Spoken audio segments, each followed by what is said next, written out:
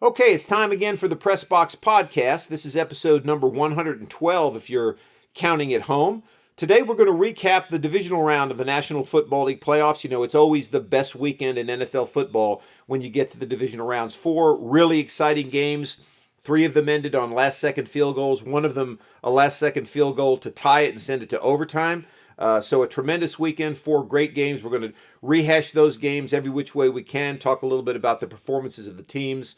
It's going to be an interesting discussion, trust me. And then we're going to preview the championship games that are coming up next week on NFL Championship Sunday, the AFC and NFC Championships. And then, of course, maybe take a quick glimpse at what we think the Super Bowl is going to be on February 13th. Hey, hit us up on Twitter at PressBoxPod. Make sure you hit us up at Instagram at PressBoxPod. And, of course, the YouTube channel, the PressBox Podcast. So without further ado, the PressBox Podcast.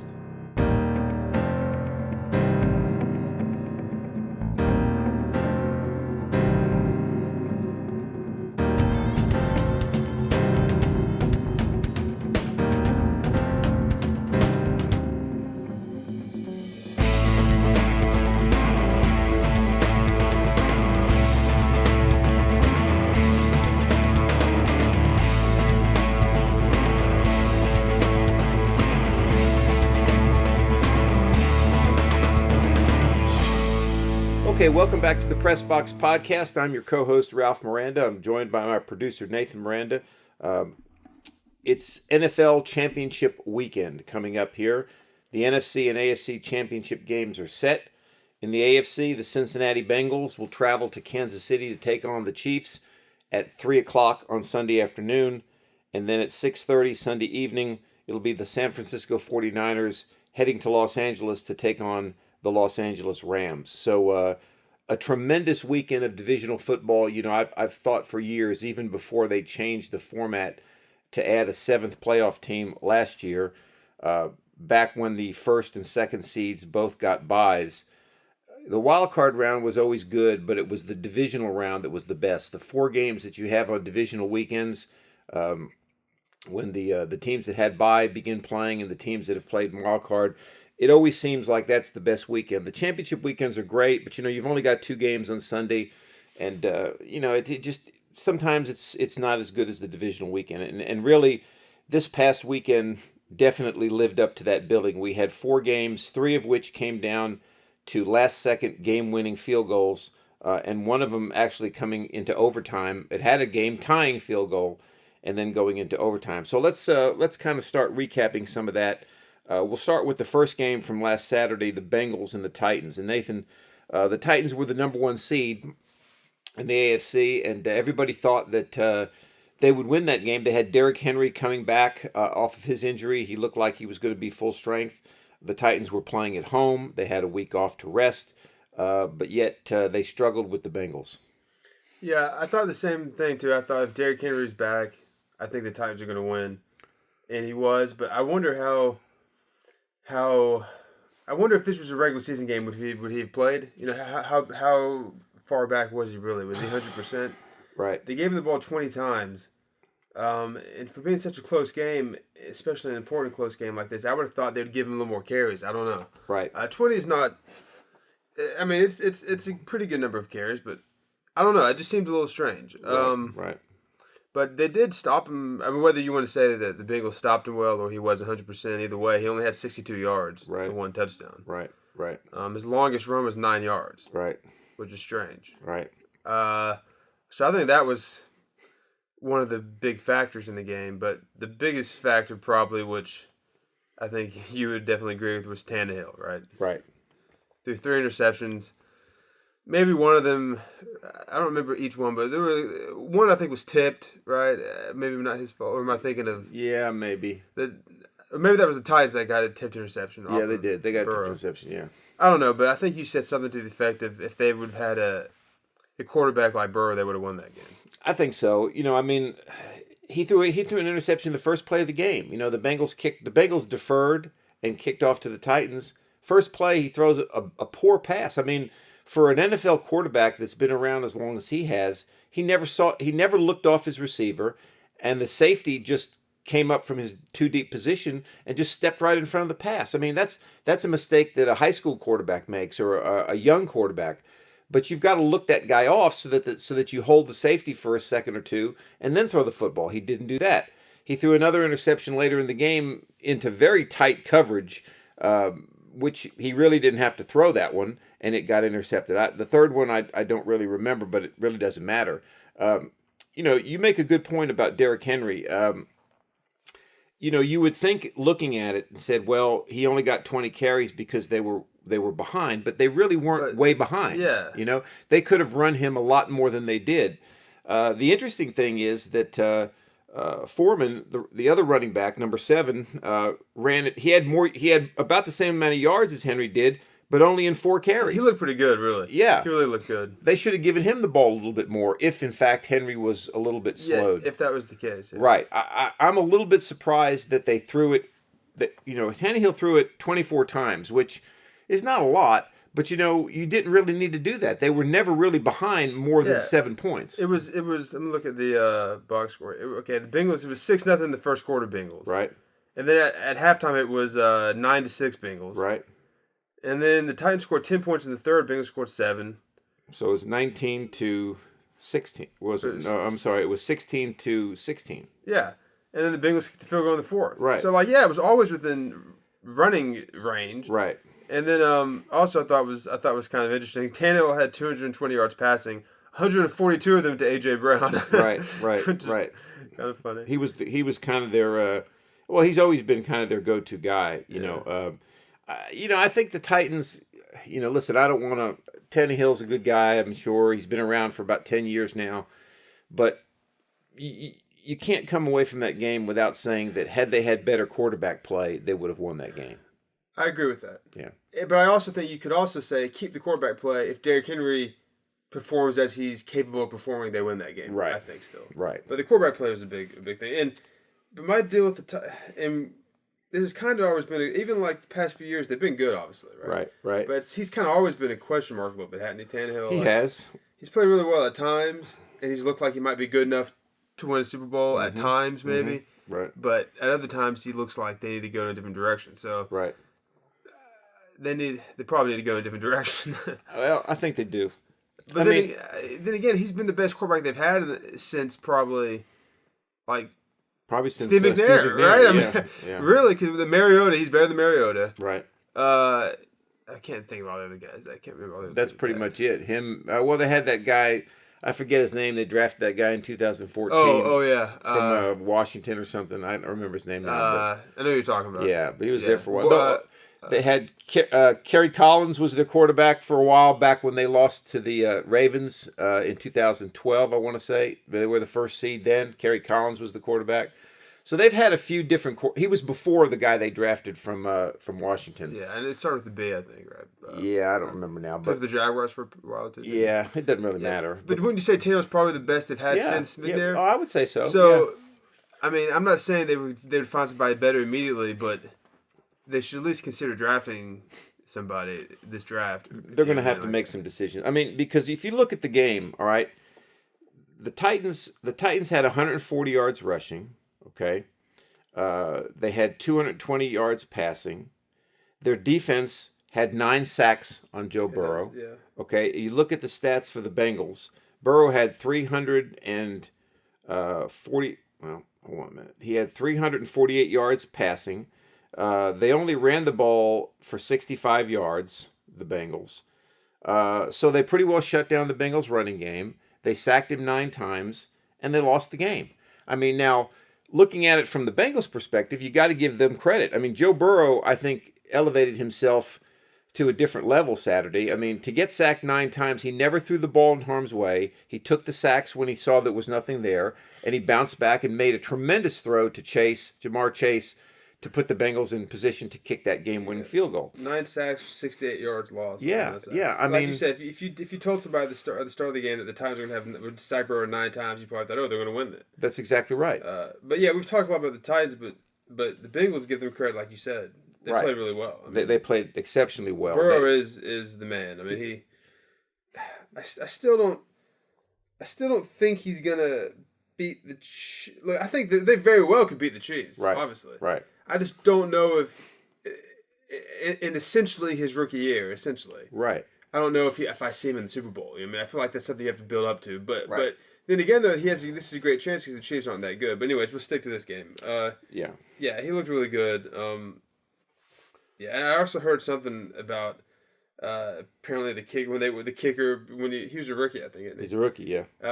I guess after they got the ball where he wanted to, he's about to go out there. I think I heard he said something like, "Well, it looks like we're going to the AFC Championship game, boys." That's And what he ran out said. in the Yeah. field. Yeah, you got to love that. I mean, you got to love Yeah, that that's confidence. And the guy's unbelievable. I mean, he kicked 4 field goals in this game. One was 54 yards. He kicked, I think, 3 in the game the week before when they beat the Raiders.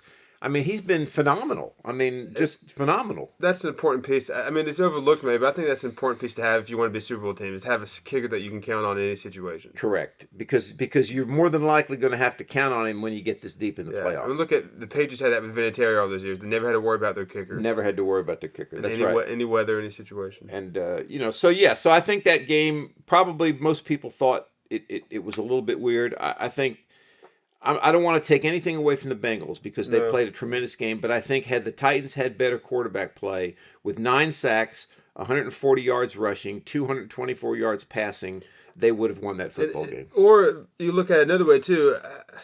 How much better would the Bengals have played if they hadn't sacked him 9 times? Well, that's right. Like they would have probably run away with it then. That's exactly right. One more. That's exactly right. All right, let's look at the second game from Saturday night. That was an NFC battle. The 49ers were taking on the Packers. The Packers were the number 1 seed. The 49ers, I believe, were the 6th seed because they beat the Cowboys. Excuse me, they were the 5th seed. They were the 6th seed. The Cowboys were the 3rd seed. They played the Packers. Another interesting game. I mean, the Packers took the opening kick, drove all the way down the field and scored. Remember, you and I were talking about this. Yeah. You said this game's... the 49ers went 3 and out the next 2 or 3 possessions. Yeah, and then didn't the Packers get some more points? No, they didn't get any more points, the Packers, until the 4th quarter, actually. Oh, okay, yeah. Well, still, though, I thought the game was over. I thought it was, too, because the Packers were ahead. They were moving a little bit. Yeah, they're moving the ball still. 49ers could do nothing. Yeah. So... But you know something? You got to give their defense credit. They hung in there. They played exceptional. I mean, you look at the stats of this game. Rodgers threw for only 225 yards. They only ran the ball for 67 yards. So the Packers couldn't really get anything going. Rodgers was sacked 5 times. He didn't throw any interceptions, but his biggest target was Devontae Adams and Aaron Jones, excuse me. Both had 9 receptions. So he didn't get much help from the supporting cast. They did drop a few passes, some of those guys. And again, their special teams let them down quite a bit. Mason Crosby missed a field goal. He's missed a lot, hadn't he, recently this year? He's missed a lot. They had I think it was blocked, but that's still a special teams problem. Their punt coverage team was horrible. On the game-winning field goal that the 49ers kicked, they only had 10 guys on the field, the Packers. You got to give this is kind of a similar game to the Bengal game. I mean, you got to give the 49ers credit. They hung in there. Their defense played exceptionally well. I mean, Garoppolo, the guy didn't do anything. He was 11 of 19 for 131 yards. He threw an interception. He was sacked 4 times. Now, they ran the ball pretty effectively, 89-92. They ran it for about 106 yards, which is okay in a playoff game. It was cold. The wind chill was -3 or 4, which, it's hard to throw the ball in that situation. Now, early on, I thought the weather had really affected them. They were dropping passes, the 49ers.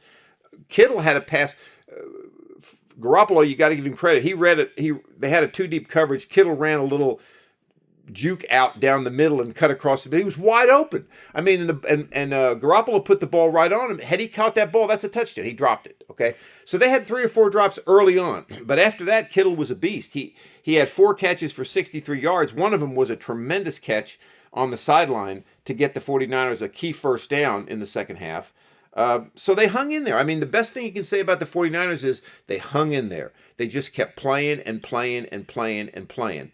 And, they got into the 4th quarter there. Late in the 4th quarter, it was 10-3 Packers in the 4th quarter. they stopped the Packers deep in their own territory, the Packers' own territory, and they blocked a Packer punt. And again, they picked it up, ran it in, that tied the game. So another special teams miscue. And after that, it was just, back and forth until the 49ers made the final drive to get into field goal range. And Robbie Gould, who's, as good as gold, no pun intended, kicked the game-winning field goal. Yeah, I see a lot of memes online and stuff about Garoppolo, how essentially they're winning despite him, which I kind of like Garoppolo as a quarterback. Yeah. I know he's not the best, but I don't really like seeing all these people hating on him so much. Yeah. But I guess I could see that. I mean, people, I guess imagine like Burr on that team and they're dominant, right? Right, I mean, right. So I guess if you had to pick a piece that they are weaker in, I guess you could say quarterback. But I look at Garoppolo, like the guy's gotten to one Super Bowl in his career. Right. I know he threw a bad, horrible pass, all that stuff. He's on the cusp of another one. Like, is he a bad quarterback? I mean, like you can't argue with the results, right? No, you can't argue with results. And I hope that's one of the main reasons I hope they get the Super Bowl and I hope they win is because I want to see Garoppolo redeem himself. I hope they win the Super Bowl, but not like they won this game with the Packers. I hope he does something tremendous for them to win the Super Bowl so he can redeem himself. Well, I mean, even the 49ers themselves had questions about him, Yeah, right? I mean, they drafted this Trey Lance or Troy Lance kid. I also see a lot of memes about how, like, there's a pretty funny meme of this, like, guy, like, doing all this trick stuff. Like, he would jump over cars and, like, avoid, like, all these different obstacles, like, jumping around. And people were saying it was, like, Garoppolo avoiding the bench, like, he seems like all year long he was, he could have been benched at any point in time. And now they're in the NFC Championship game. Well, and I got to give Garoppolo credit. He doesn't give up. I mean, he just keeps going out there and fighting. He makes some bad passes, yes. Makes some poor decisions, yes. But he gets it done. He goes out there and gets it done. For some reason, maybe somebody could say, and I would hear this argument, well, how is he that much different than Tannehill? Well, I guess I could see that, but I think you could win a Super Bowl with Garoppolo. I don't really think Tannehill is going to, like, win your Super Bowl. Does that make sense? Yeah, I agree. And also something about Garoppolo, too. He seems pretty, like, cool and collected. Like, he does. Nothing really gets to him. I mean, in the game and off the field, too. Like, I don't think it bothers him, really. It doesn't appear like it bothers him what people say about him. You know what I mean? Like, he just kind of goes about his business, and he's not the best, but I feel like he has almost like the Montana mentality a little bit without being Montana. Obviously. I agree. But, I agree with that. And then the Packers, I mean, you say you didn't get much help this game, but that's kind of been the Packers, I feel like, all year. Like, if Rodgers isn't going to dominate the game, they're not going to win. Right. Because he's not going. The rest of the team is not going to do anything. No, I agree with that, and I think one of the things that benefits Garoppolo is that he's got a tremendous running game. I mean, he's got Deebo Samuel, who probably is one of the more, what's the word I'm looking for? Versatile guys in the NFL. I mean, he can catch passes, he can run on sweeps, they can pretty much put him anywhere they want.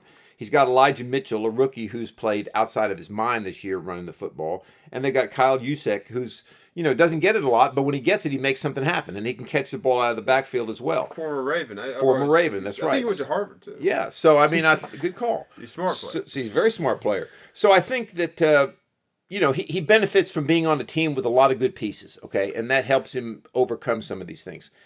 The other thing I want to talk about, Nathan, a little bit is the Packers. I mean, this has kind of become a yearly thing with them now. I mean, they won the Super Bowl in 2010.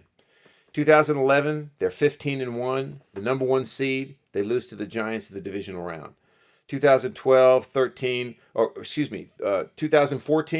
they lose to the Seahawks in the NFC Championship game on some questionable calls and a Hail Mary pass by Russell Wilson. But nonetheless, they were ahead in that game in 2014, 16-0, and they lost the game. Okay, they lost in 2018.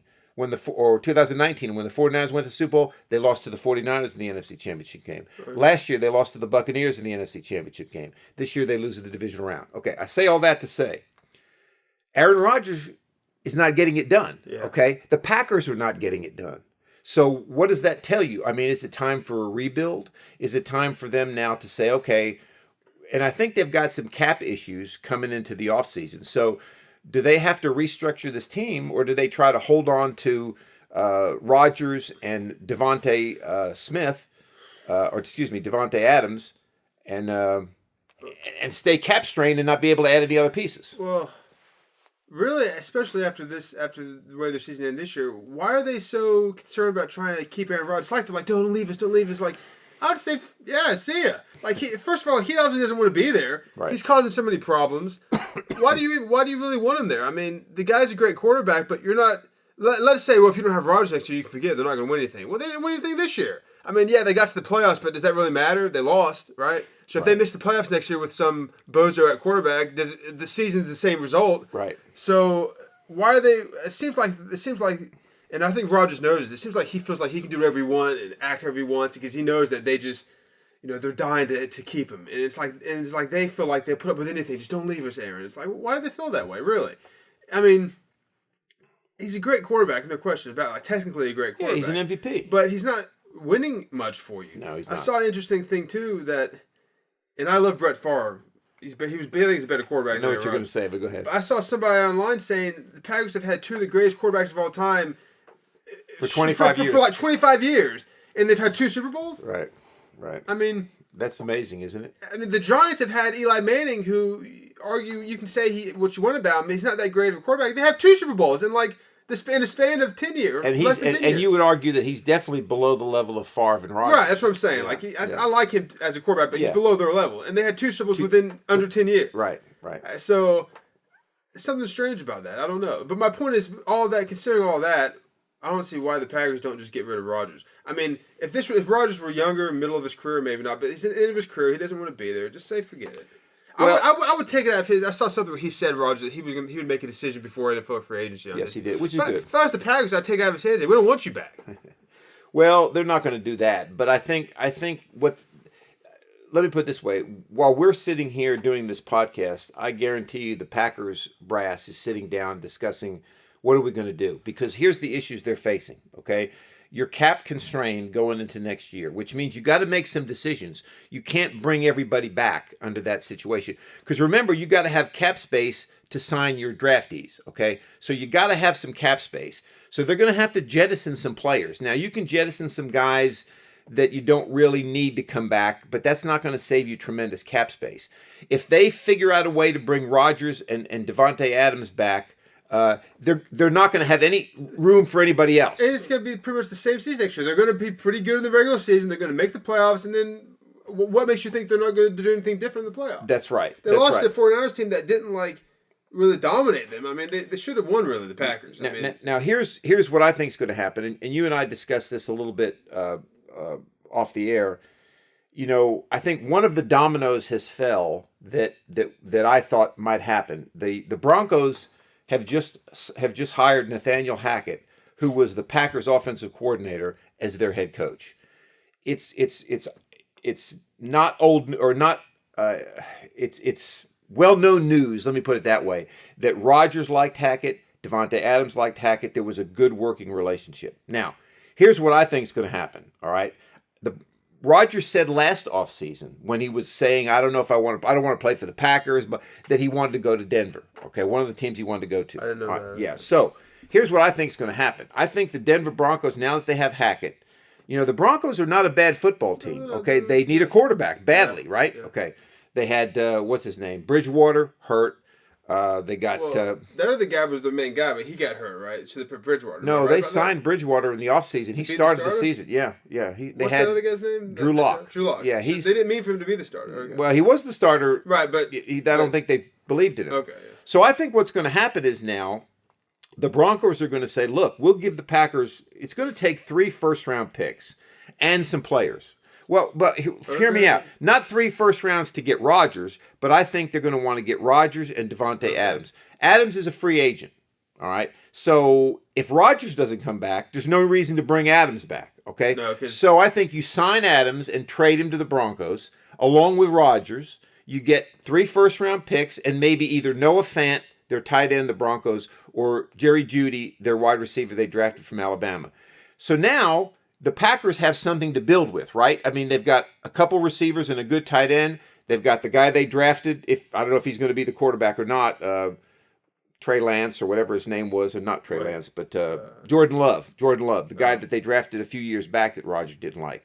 So I think that's what's going to happen. I mean, it's really the only thing you can do. Why wouldn't Adams, if he's a free agent, why wouldn't he just sign with the Broncos? Why would he sign with the Packers? Because I know the Packers might like that. Yeah. But why would he do that? Well, because then it becomes a bidding war, right? Because then if the Broncos want him, they might have to outbid some other team who's giving him a big contract. Yeah, but then he runs the risk of actually having to play for the Packers next year if he signs with the Packers. No. What I'm saying is there'll be negotiations between the Packers and the Broncos. In other words, if the Broncos want Rodgers, Adams will say, "Well, I'll go too," and the negotiation will be, "Well, we need to sign you first and then trade you." Okay. I guess, but I'm just thinking if the Broncos want Adams or Rodgers, they'll just tell Adams, "Hey, you're a free agent. You want to sign?" You're like, "All right." Yeah, but if you're Adams, then the situation would be, okay, fine. What do you want to pay me? Maybe I can get 10 million more than that from somewhere else. Yeah, it's all about money, right? But I don't see how the Packers signing changes that. I don't know. Maybe I'm missing something. But anyways, that's not a bad idea. Yeah. Anyway, the point I'm trying to make is I find it hard to believe that the Packers are going to have Aaron Rodgers next year. No, I don't think they will. Right. And really though, I know what you're saying with the Broncos, but yeah, I guess if you're the Broncos, that's not a bad move because you're putting pretty much all your chips in like the Rams did this year to try to win the Super Bowl like in the next year or two. Right. But yeah, I mean, but again, I don't know. To steal the line from any given Sunday, Aaron Rodgers has 2 or 3 good years. He left. He does. But again, though, we get back to: is there something just wrong with the Packers franchise or the way they build a team around their quarterbacks to explain how they only have 2 Super Bowls with Favre and Rodgers, or is there something about Favre and Rodgers about not getting it down the playoffs? You know what I'm saying? Like yeah. So in other words, would you? Yeah. Well, in other words, if the Broncos do what you said, they're going to obviously be very good in the regular season. They're going to make the playoffs, but. Is it just like, Aaron Rodgers is... okay, well, let me say this. First of all, let's not compare Rodgers and Favre. No, I'm not trying. Here's why I say that. You don't remember this because you were just a little baby, but Favre ran up against that Cowboy team. They lost to the Cowboys 2 or 3 times, either in the divisional round or the NFC Championship. That was the Aikman... Emmitt Smith, Irvin. All right. And then they lost in the divisional round to the 49ers with Steve Young and Terrell Owens. So, yeah, they did lose, but they lost to much better teams than Rodgers is losing to. Let me say quick. I was just posing this because I felt like if I was going to address this, I had to throw Favre in Rodgers. No, you're right. But I think Favre is much better than Rodgers as far as, like, getting it done in the playoffs. Yes.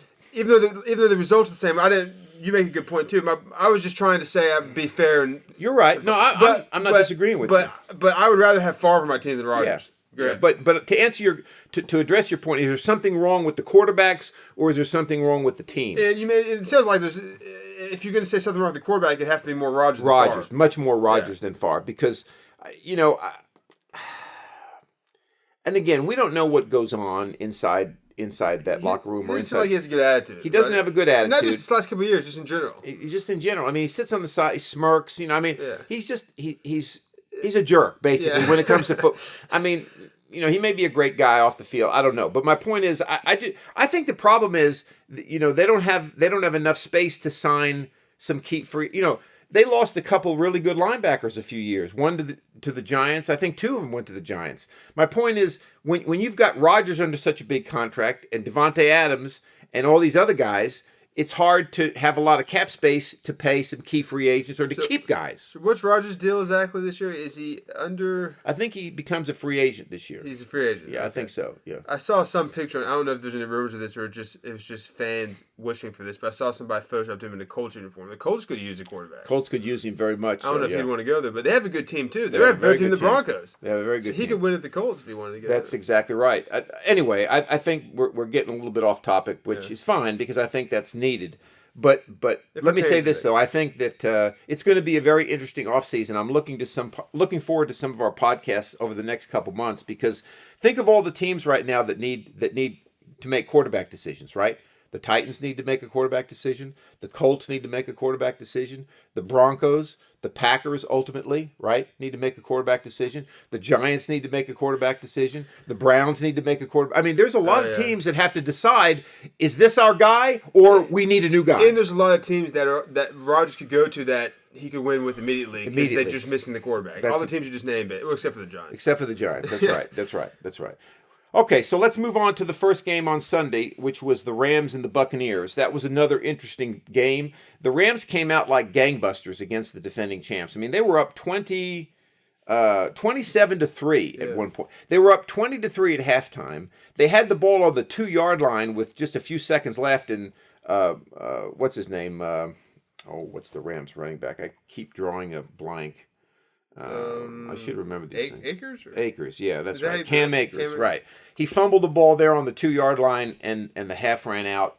Otherwise, it would have been 23. But then the Rams took the second half kick and scored. It was 27-3. Yeah. Then all of a sudden, the Rams fell apart. I mean, they fumbled the ball. Stafford looked like he looked like Cinderella. Like the clock had struck 12. In the second half, he was making not as crisp decisions as he made in the first half. And all of a sudden, the Buccaneers claw back into this game, and they tie it with just a few minutes left on that run by Leonard Fournette down at the goal line. Well, then, we both watched this. Game's tied 27-27. The Rams have a chance to go down and kick the game-winning field goal, and they fumble the ball. Cam Akers fumbles it again. The Buccaneers get it. They drive all the way down, or maybe that was before. I don't remember. I think that led to Leonard Fournette's touchdown. Right, that led to the touchdown. That's right. Yeah. That's right. Because after that, there were 42 seconds left. That's right. Yeah. That's right. And then the Rams drive down and don't drive. They throw that long pass to who was it? Cooper Kupp. Yeah. How do you let him get behind you like that? I don't know. That's a good question. I think the Rams had some timeouts. Maybe I don't remember. They had one. Okay. They had to have. Well. No, I don't think they had any because remember they had to get down there and spike it. That's right, because they would have had to use their timeouts when the Bucs were driving to tie it. They did use their timeouts. No, I'm sorry, they wouldn't have done that. The Bucs used their timeouts. Yeah. My point is, you're right. They had to run down there to spike it. Right. How do you let that happen? You can't. You can't let that happen. I go back and forth with. If you look at the second half of this game and the way it ended, the Bucs should have won the game. They should have. Yeah. But really, I mean. It was the Rams' game from the start. They should have never had to let the Bucs get back in it. Well, what let the Bucs back in it was fumbles. Yeah, right. So my point is the team that should have won. I think the Rams should have won. I agree with that. I don't know if I'd necessarily say the better team won, but the team that should have won the better team on that day won. I agree. You look at the stats. The Rams. I mean. For all intents and purposes, Matthew Stafford had a great day. I mean, he was 28 of 38, 366 yards, 2 touchdowns, no interceptions. He's a great quarterback. I think people have known for years that he's a great quarterback. He's just stuck in Detroit. But every now and then, though, he does make some... He plays... In some games, he plays in a way that you kind of never would see, like Brady play or Manning play in their heights of their careers or any of these great quarterbacks. Right. You know what I mean? Right. Favre, any of these guys, like you know what I mean. He kind of looks strange sometimes. He does. He has that ability to make you scratch your head. Let's put it that way. You know what I mean? I mean Brady never does that. I mean Brady, you never scratch your head and say, why did he do that? But Stafford, you do. Well, and maybe this year or last year, there's been a couple of times you might do that, Brady, but he's like 44 years old. I'm saying when they were dominant. Oh, he's still dominant, but you know what I'm saying. Now, how about Cooper Kupp? 9 catches, 183 yards, 1 touchdown. I mean, the guy won the Triple Crown this year in receiving. He led the league in yards, catches, and touchdowns.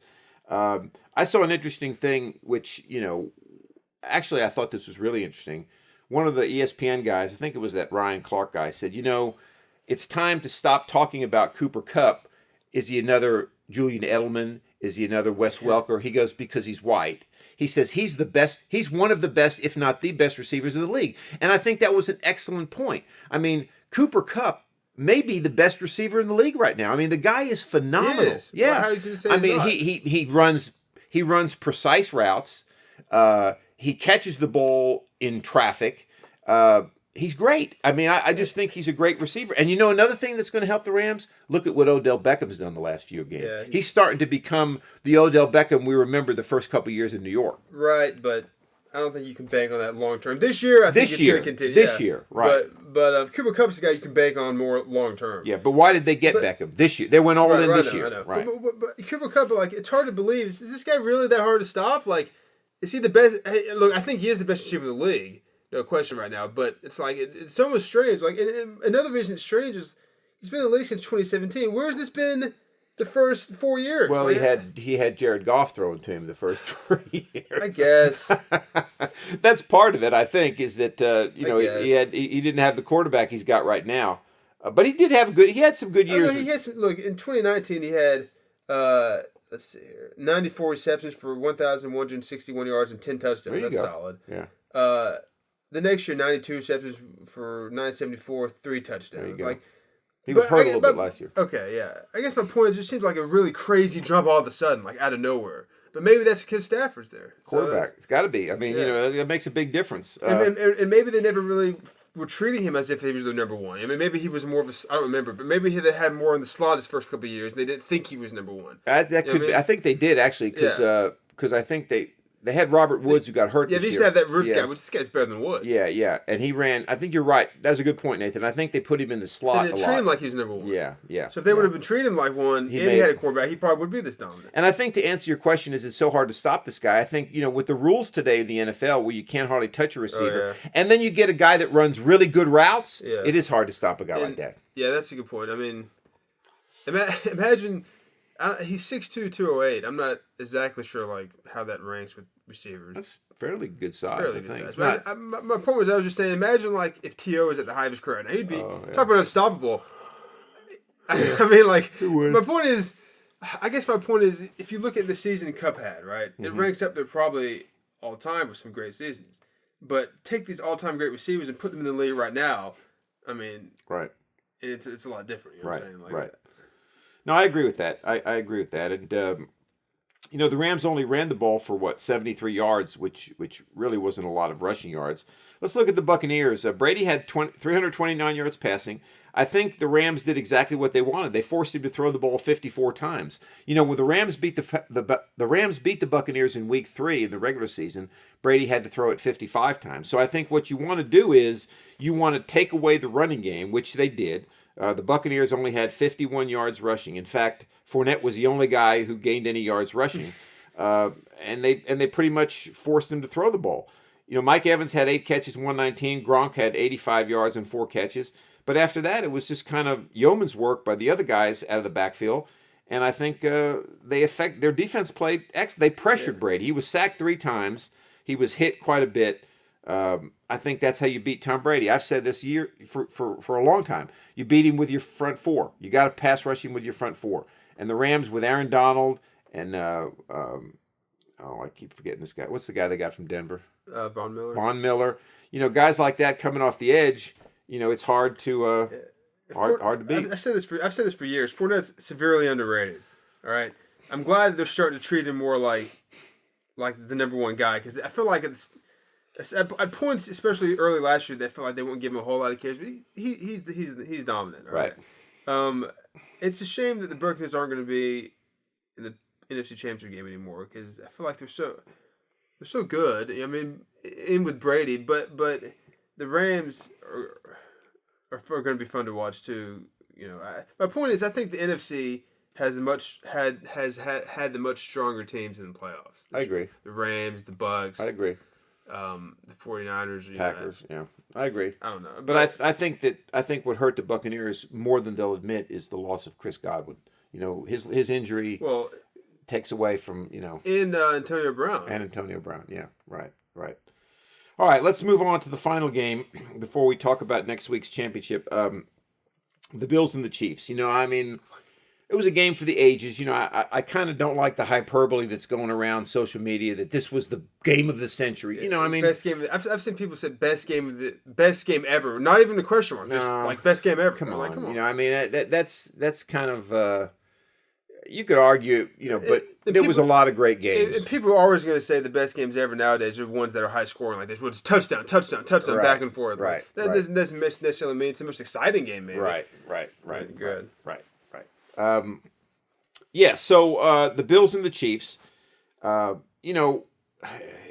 a lot of these games in the divisional round, I think I mentioned this to you, a lot of them came down. There wasn't a whole lot going on early in the game. And then all of a sudden, the fourth quarter exploded. Like, look at this game. It was 21 to 20. The Chiefs were ahead 23-21 at the end of 3 quarters. The Buffalo scored 15 points in the fourth, and the Chiefs scored 13 in 1 quarter. I mean, it was absolutely amazing.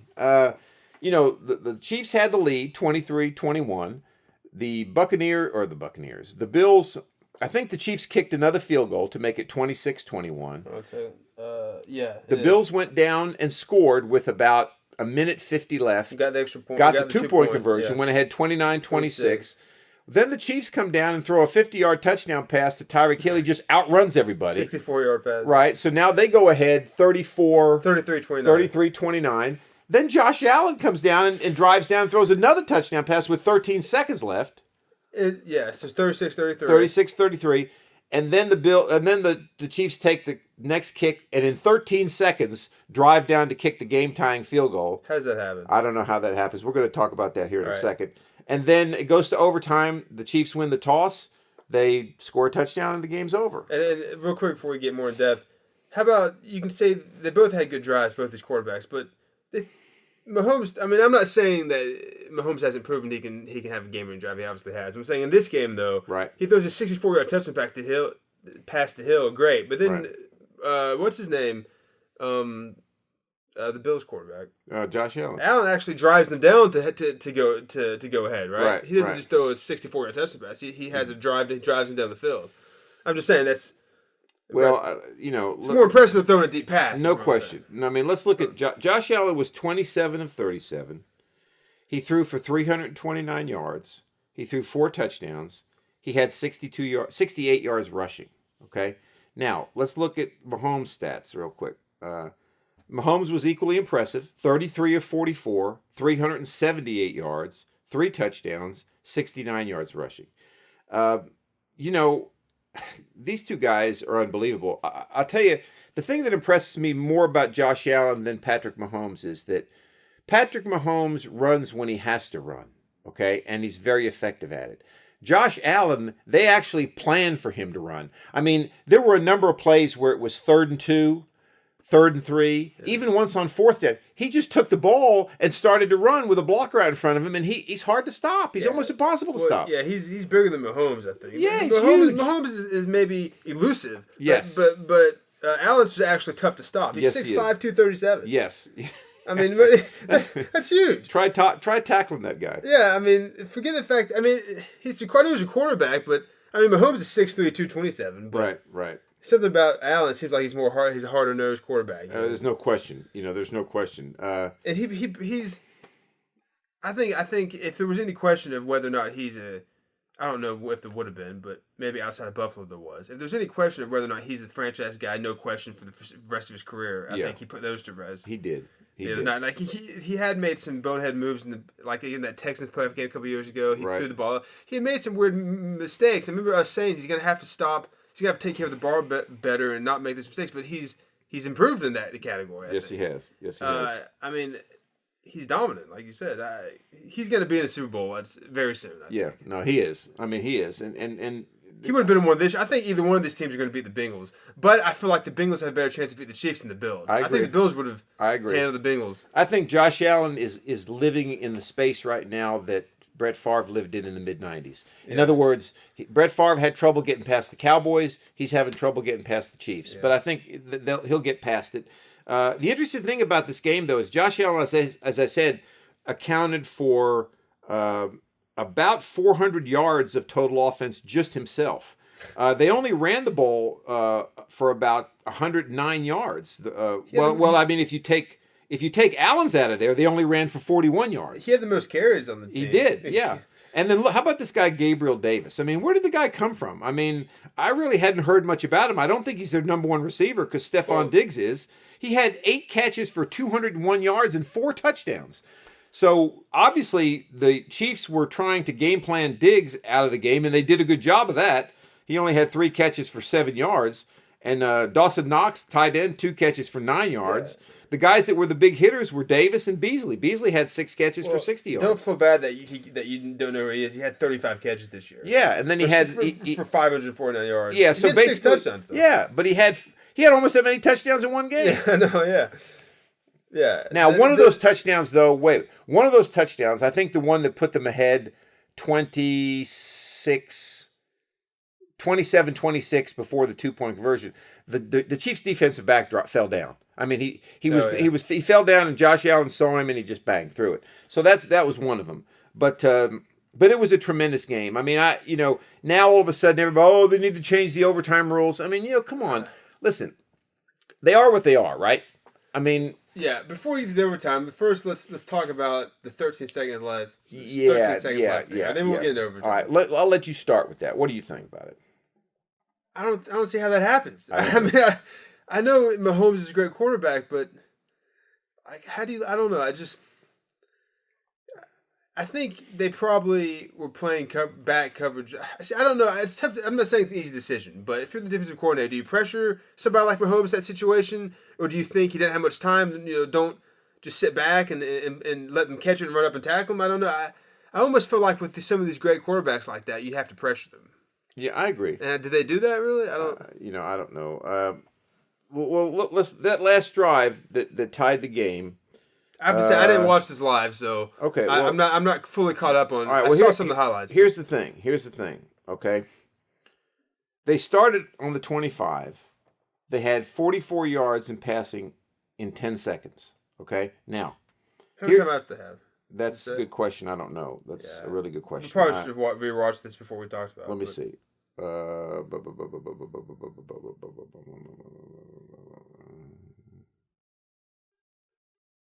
Also, another before you look that up, this is a tough decision. I know these are tough decisions, but you're up 30. You're up 36-33. You score with 13 seconds left. I know you don't want to give Mahomes a short field at all, but how about scribbing it? Yeah. Right? I mean, you would give them the ball with maybe that would take off an extra what maybe. That's the key, right there. That may only give them the ball with like 5 seconds left. Well, what you need to do there is kick it in the middle, like on the they ground. got the ball on the 25-yard line. Okay, so because of the fact that he kicked out of the end zone, so you got to force them to field the ball, either squib it or kick it high. And force him to either fair catch make him return it. Make him return it. But That's also, exactly right. I say make him return, but you also don't want to just like straight up kick it to the return guy. No. He could return for a touchdown. Scrib it or pooch it to somebody that's not the return guy. Right.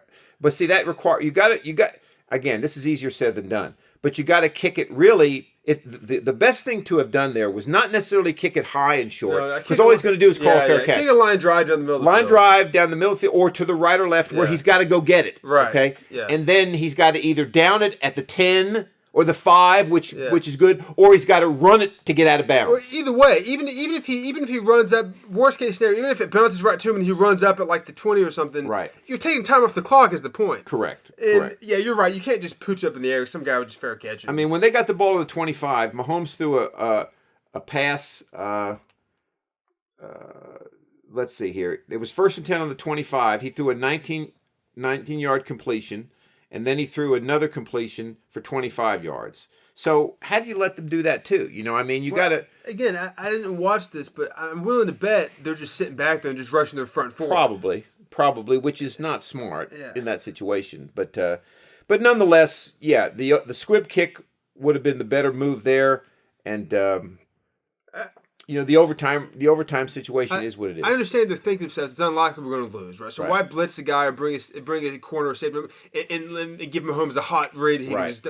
But then again, I'm thinking you also want Mahomes just to be comfortable in the pocket, right? Like pushing people in his face a little bit. You know what I mean? Well, I guess the thinking there maybe is that you got 13 seconds left, right?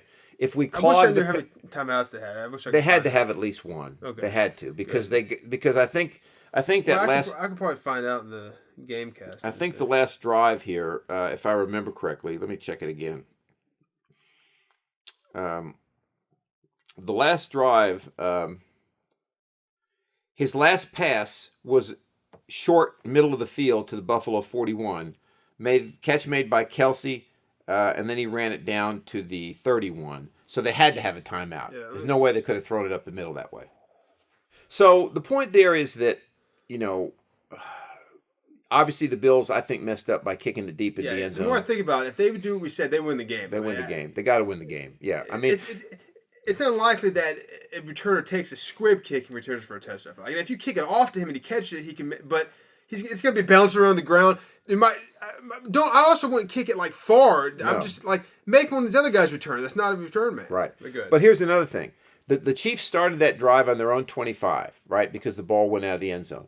Even if they start on the 15, that's one extra play, and they wouldn't have gotten a field goal range, right? I mean, even if you can just take away 10 of those yards, right? That's what I'm saying. Or 15 of those yards, even if he fair catches, is what I'm saying. Again, I'm not. I know you're saying that you're going to put them further back in their own territory. I don't care so much about the yards. I'm saying they very well, especially if you just kind of scrib it, they very well could have better field position than their own 25, but they're going to have less time, is my point. They have 6 seconds, 5 seconds. That's true. But here's the thing, though, is remember... Or less than that, the ball bounces around a lot. You're right. But here's the thing. They can't the clock doesn't start until they touch the ball. Okay. All right, so if you squib it and it only goes... say... Well, I'm not saying squib it 10 yards. I mean... No, I know what you're saying, but I'm saying even if you squib it, there's a good chance that they down it at the 30 or 35. I guess I never thought about this. I guess if some guy gets the ball, he can just take a knee in the field. That's all he can do. He can give himself up. He gives himself up, basically what I'm saying. Okay. Now, but my point is, though, that I think the best strategy there would to either be kick it high and let the guy field it like at the 10. Now he's got to decide, do I fair catch it at the 10 or do I run and try to get out of bounds? Okay. Given what you just said, I didn't think about that angle of it. It's not. It would be better to do what you said, not to script. I forgot the guy could just catch it and give himself up, and the clock stopped. I was thinking you'd have to be forced to return it, but he doesn't. He could just give himself up. He could just give himself up. You're up. right, but if the guy catches it on the 10 or the 5, he has to make a decision. Do I just give myself up, or do I? Now you make a good point though about the squib. Is that usually those guys that are in the intermediate range on a don't squib know what they're doing. Right. No, that's a good point. Yeah. But another thing is, even when you give yourself up, there's about 2 seconds there where you have to show you're giving yourself up, where the referee's going to determine, okay, he gave himself up. Yeah. So it's unlike a fair catch, and you can't fair catch a squib kick. Right. But I guess I should be more knowledgeable about this. But how does it work nowadays, that fellow? If that guy does that, can he just take a knee? Or is he like how does that? No, he can't take a knee because remember that doesn't mean you're down. That's what I'm saying. But what does he have to do to show? I think he has to just like lay flat on the ball or something like that to show I'm not moving. I don't have. Okay. Because remember, putting the knee down, you can still get up and go. Right, but is that not showing that he's giving himself up? No, it doesn't. Yeah, because you have to physically show. But to your point, even if he lays down, the revs aren't going to blow the whistle immediately. No, it's going to be a couple seconds go off the clock. Right. I don't know. All right. Well, anyway, that's that game. We could talk about that forever. And again, though, are the Chiefs really telling these guys to prepare for something like that? Like, let's say you get to some of these mid-range guys that gets the ball. Is he going to have enough what do you call it? Wherewithal to do that? I think he may just be like, oh crap. He may just try to run with it, right? and then you get think about that. I would hope that the special teams coach during the TV timeout after the touchdown tells them, okay, here's what you're going to do. I guess my point is these guys aren't used to handling the ball. No, they're not. No, they're not. That's why you put a hands team on when you're expecting an onside kick, right? Right. Yeah. All right. Let's real quickly preview the championship games. The first game will be the Bengals at the Chiefs. The Chiefs are 7-point favorites. We've talked about both teams ad nauseum when we were reviewing the divisional games. I'm just going to ask you, Nathan, who you think is going to win and why? I think the Chiefs are going to win because it's at home, and again, I'm not saying he can't do it. Burrow can win this game. Mm-hmm. He can win the Super Bowl. I mean, the Bengals have a good team, but I just don't see it happening this quickly for them. Right. They've made. I don't see the Bengals going from perennial losers to Super Bowl champions in a year. I think it's going to be like they got deep in the playoffs now. They're going to make the playoffs again next year. Good. I think it's going to take some build up. So for that reason, and the fact that it's in Kansas City. And it's hard to if the Chiefs. I find it hard to believe the Chiefs are going to beat the Bills like that and then lose. Right. If the Chiefs are going to lose, it's going to be the Bills. No, I agree. Chiefs. I agree with you 100%. I can't really add anything more to that. I agree. It's at home. They've got Patrick Mahomes. They've got experience. I told you I saw a stat. They're the first team in the history of the NFL to host 4 straight championship games. So they've been there. They know what it takes. They've got home field. They've got the fans. I think Burrow's going to have a great game. I think the Bengals are going to make it competitive. Didn't the Bengals just beat the Chiefs late in the season? They did in a shootout. Yeah, it was the last game of the It was season? in Cincinnati, I think, but okay, it's the second to last game. Do you think the Chiefs? Do you think they have any type of hangover over that last game with the Bills? No. Well, that's a good point. Maybe, but I don't think so. Okay. Yeah, I don't think so. So I agree with you. I think the Chiefs win that one. 49ers Rams. Who wins and why, Nathan? I don't know. That's a tough one. That's a tough one. Remember, the 49ers swept the Rams this year. Yeah. They came back from a 17-point deficit the last week of the season to get into the playoffs. Yeah. That's what got them into the playoffs. Was that was the last game of the season? It was in LA. At LA. And they don't win that game, they don't make the playoffs. Right.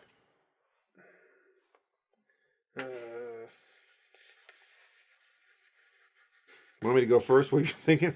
No, I know what my What does your gut tell you and what's your head tell I you? know what my gut's telling me, like when you first asked me, I thought Rams. Right. So I'll say Rams. All right. Just because they just seem like the better team. Like all year long to me, the 49ers didn't seem like a good team. I don't know why. I just never thought they were that good all year long. Right. All through the playoffs, they're not that good, but they keep winning. So I don't know. You know what I mean? Like, so I'll have to say Rams, but I'll say Rams for that reason. I can't believe I'm using this as an example because I jumped down Joseph's throat for using it in your throats. It's hard to beat a team 3 times, right? Isn't that the thing in 1 year? But I'll say more so. I'll say more so than the fact that it's hard to beat a team 3 times on face value. I think it would be tough for the 49ers to beat the Rams last game of the season in LA, then just a couple weeks later beat them in LA again. You know what I mean? Like, and I guess my point is if that last game would have been in San Francisco, I think it would be different. Or if they would have beat the Rams in LA week 10 or 12. But to play the same game essentially so close together Right. and to win it twice, I feel like it might be tough. But it's a very tough decision. I listen, I kind of agree with you. My heart says the Rams, okay? I think the Rams win the game. But you know something? The 49ers, their defense is spectacular. Yeah, so is the Rams. The Rams' defense is spectacular as well. The 49ers are a very physical football team. I think the Rams have had a little trouble with that. Yeah, I think the Rams are going to learn from. I mean, you know, that game they beat the Rams in Week 18. Up until that game, they threw up a crazy stat that the Rams coach, getting old, McVay, was 48-0 when leading at halftime with the Rams, and that was the first time they lost a game that they led at halftime. Which is a stupid stat here or there. It doesn't make any sense. But the point I'm trying to make is the 49ers clawed their way back into that game and won it to get into the playoffs. I think the 49ers are battle-tested. Now, the Rams are too. They went into the home of the defending champions, and they beat them. I think it's going to be the best game of the weekend. I really do. Yeah. I think it's going to be a battle. You know, I think the Rams have more firepower than the 49ers, and I think they're going to find a way to win. That's kind of what it came down to for me. Both teams have great front sevens, Yes. front fours. Yes. Both teams can rush the passer with their front four, like you said. Yes. They have good defenses. But the Rams just feel like they have more weapons on offense. They have more explosiveness, more firepower. Now, I will say this, though. If you look at the running game, remember I said against the Buccaneers, the Rams threw for 348 yards, but only ran it for like 78 or 80. They're going to have to run the ball a little better, the Rams, all right? Because the 49ers can run it. And they're going to pressure Stafford. They've got to be able to run the football to take some pressure off Stafford. It's going to be a great game. It's going to be a great game. It's a toss-up. I mean, it could be, if you ask me tomorrow, I may say 49. I don't, you know what I mean? Right now, I'll say Rams. But I'll say, who do you want to win these 2 games, though? We said who we Well, who do I want? I want to see the Bengals win the first game, and I would love to see the Rams win the second game. Okay, I would like to see a Bengals 49ers Super Bowl. A rematch of the previous 2 that they had? Yeah, that'd be cool. But I what's I going to say? I really am fine with the Rams watching them. I just don't want to see the Chiefs in the Super Bowl. I don't. Yeah, well, I know it's. I mean, I admit it's not because I have anything against the Chiefs. It's just because I'm tired of them winning all the time.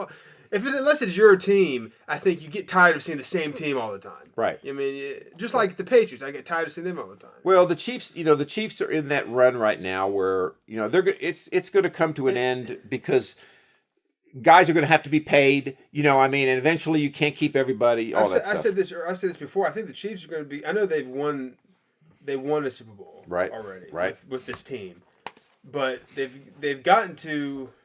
If they get into this Super Bowl, this would be 3 they've gotten to. If they lose this one, they've won 1 out of 3.